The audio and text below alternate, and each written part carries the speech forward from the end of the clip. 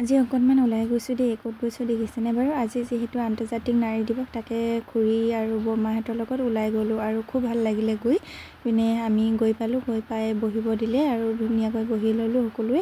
আৰু বহাৰ পিছতে এওঁলোকক দেখিলোঁ ধুনীয়াকৈ এটা গীত গাব লৈছে আৰু গীতটি শুনকচোন, খুব ভাল লাগিলে। আৰু এই গীতটিৰ দ্বাৰা সকলোকে মই আন্তৰ্জাতিক নাৰী দিৱসৰ শুভেচ্ছা জনালোঁ।